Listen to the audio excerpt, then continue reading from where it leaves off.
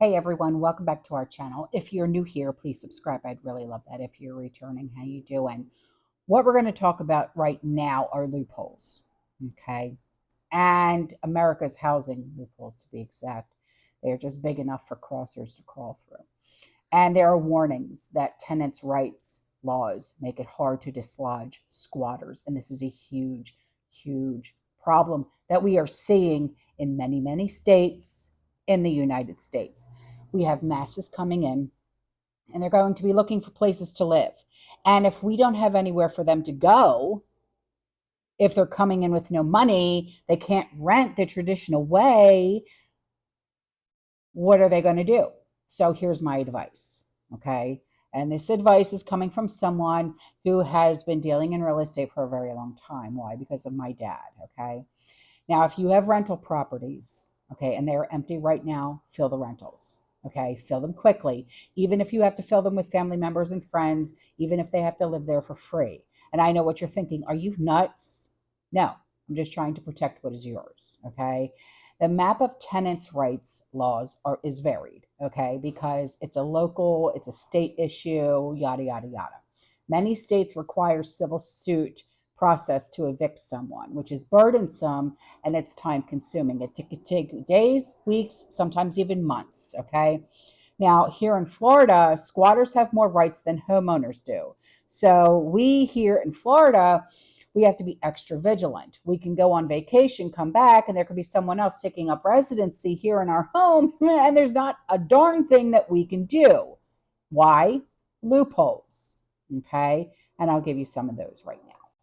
And this is what I have found. Squatters are given rights to prevent landlords from taking matters into their own hands. Landlords should not attempt to remove a squatter on their own. Instead, they will need to go through the courts via an unlawful detainer lawsuit. So it's actually unlawful for a landlord or even a homeowner to have a detainer lawsuit to remove these squatters, okay? Evictions in Florida usually take a few weeks to go through, sometimes even months, unless the occupant fights it. Now, if this squatter wants to fight me, say a squatter comes and they take over my home, and they're like, yeah, no, I'm going to fight you in court, okay? They can actually fight me. And this could take up to a year sometimes, okay? In that case, it'll then go to court, okay, where a decision is made on whether or not the squatter has to leave my home that I built almost 20 years ago and that I have been paying the mortgage on. All right. Now, unless the squatter has a valid reason to be there, the decision usually goes in favor of the owner or the landlord or whatever the case may be. But generally, because there are loopholes and the squatters have more rights in the state of Florida than the homeowners do, okay? So a lot of times it goes in favor of the squatter, unfortunately.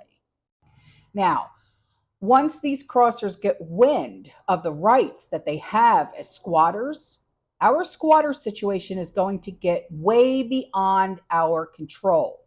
All right. Squatters are already emboldened by local laws. What we are going to do, I mean, there's, and because, like I said, the laws are, it goes by state, like it's harder for us here in Florida because they're more in favor of the squatter. So, what are we going to do when we have a million people squatting in this country? And the housing picture is going to grow worse. All right. When not only do we have an issue that we can't even figure out, you know what issue I'm talking about, but now we have people that are being mentally, financially, physically messed with because we've lost our homes to these people. Okay. Like I said, I built this house 20 years ago. Squatter can come in, set up their place, do whatever they want, change the locks, and there's not a darn thing I can do because they can fight me in court. Now, regardless of how you feel politically, morally about this situation, Put that aside and just think about the masses. All right, think about your home. Okay, think about your situation. All right, almost 7.3 million crossers have entered the U.S.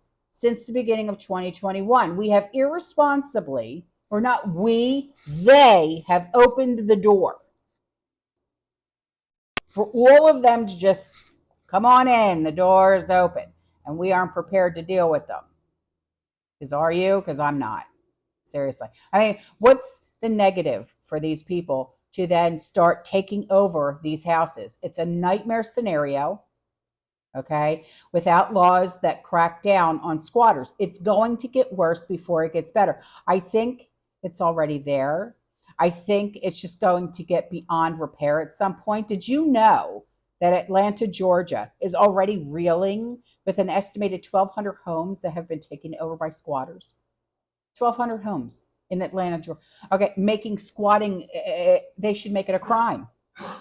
They should make it a crime, and it needs just to regain control. If we were to criminalize this, to criminalize squatting, that would enable us to send in the National Guard to sweep that entire neighborhood and get those 1,200 houses cleared so the homeowners can have them back. Now, I know squatting is illegal, okay, but like I said, there's loopholes, okay?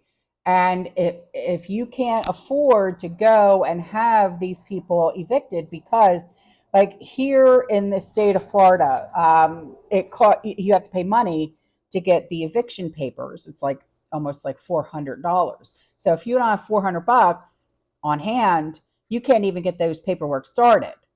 And you could send the sheriff out to the house all you want. They're going to say, well, if there's no eviction papers, how do I know that you just don't want this person in your house because you don't like them? That you didn't just have fallen out with a family member or a friend. Okay.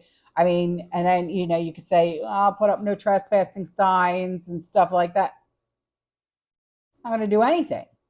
Nothing.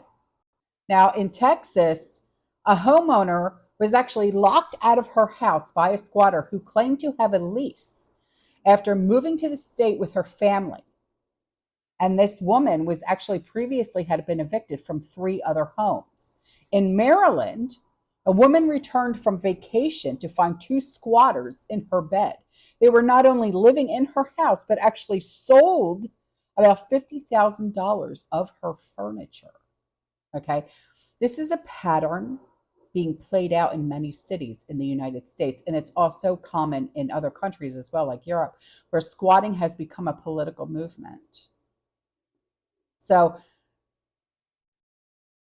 some squatters, they enter legally, if you will, and then they just stay. In Long Island, New York,